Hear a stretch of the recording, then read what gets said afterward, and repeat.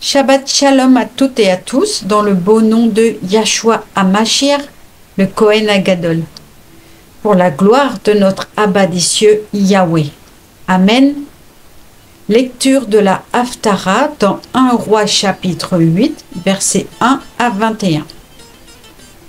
Alors Shlomo convoqua les anciens d'Israël, tous les chefs de tribus, Matot, et les chefs de famille des Bénéi Israël près du roi Shlomo à Yerushalayim pour procéder au transfert de l'arche d'alliance, Aaron Brit Yahweh, de la cité de David qui est à Sion.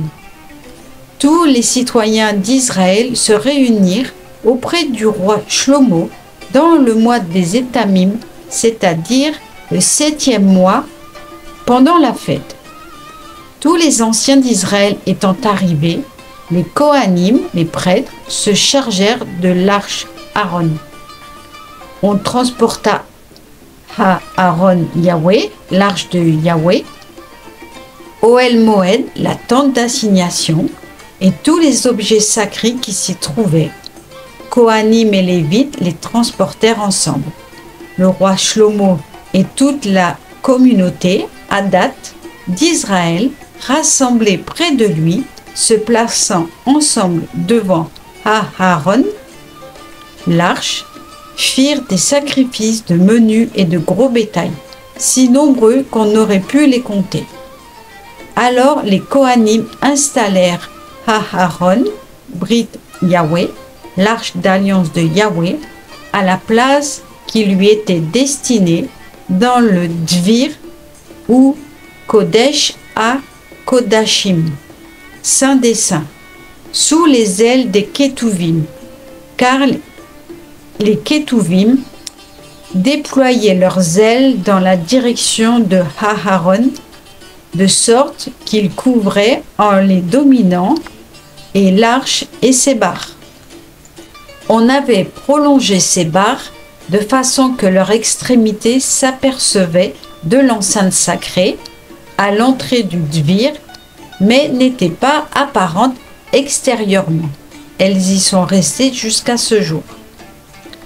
Il n'y avait dans Aaron que les 2 tables de pierre que Moshe y déposa près de Horev, alors que Yahweh conclut un pacte avec les Israélites après leur sortie du pays de Misraïm, d'Égypte.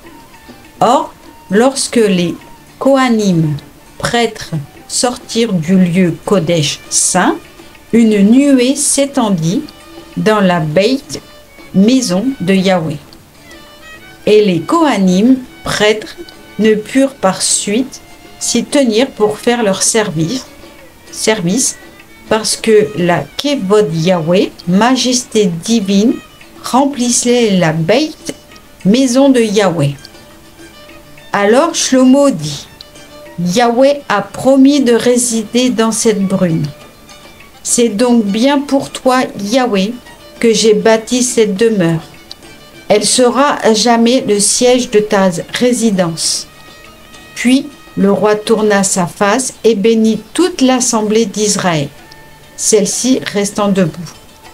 Et il dit, loué soit Yahweh, Elohim d'Israël, qui a dit de sa propre bouche à David, mon père, et réalisé de sa propre main cette parole, depuis le jour où j'ai fait sortir mon peuple, Ham, Israël, de Misraïm, l'Égypte, je n'ai choisi aucune ville entre les matés d'Israël pour l'édification du temple où devait régner mon nom. Et maintenant, j'ai adopté David comme chef de mon peuple Israël, Am Israël. Or, David, mon père, eut la pensée d'édifier Baït en l'honneur de Yahweh, Elohim d'Israël. Mais Yahweh dit à David, mon père, la pensée que tu as conçue d'édifier Baït en mon nom, en mon honneur, est une bonne pensée. Toutefois, ce n'est pas toi qui bâtiras cette Baït, maison. C'est ton fils, celui qui doit naître de toi, qui bâtira cet Abaït en mon honneur. Yahweh a réalisé sa parole. J'ai remplacé David, mon père, sur le trône d'Israël. Selon la parole de Yahweh, j'ai construit Abaït, cette maison, sous l'invocation de Yahweh, Elohim d'Israël. Et j'y ai assigné une place à l'Aaron, l'arche où repose Brit Yahweh, l'alliance de Yahweh, celle qu'il fit avec nos pères lorsqu'il les eut tirés du pays de Misraïm, d'Égypte. Amen. Alléluia. Merci d'avoir écouté. Si cela vous gêne que je dise des mots hébreux avec la prononciation qui est peut-être pas très bonne, je suis bien désolée. Si ça vous gêne pour la compréhension du texte ou quoi que ce soit, si vous avez quelque chose à me dire, s'il vous plaît, n'hésitez pas à m'écrire. Merci, soyez bénis et passez un excellent Shabbat sous les ailes de notre Abba des cieux, Yahweh. Amen, alléluia.